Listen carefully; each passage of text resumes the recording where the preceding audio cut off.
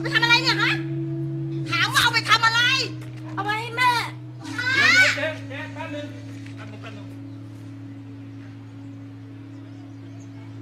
แม่ป่วยเหรอ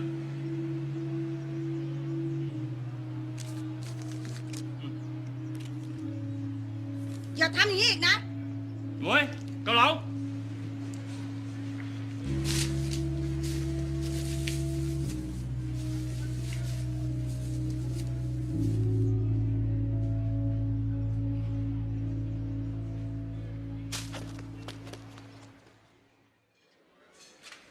จ๋านายเลยครับนั่งเลย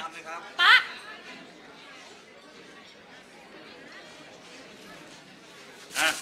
จัดไปสั่งมาเร็วต่ออะไร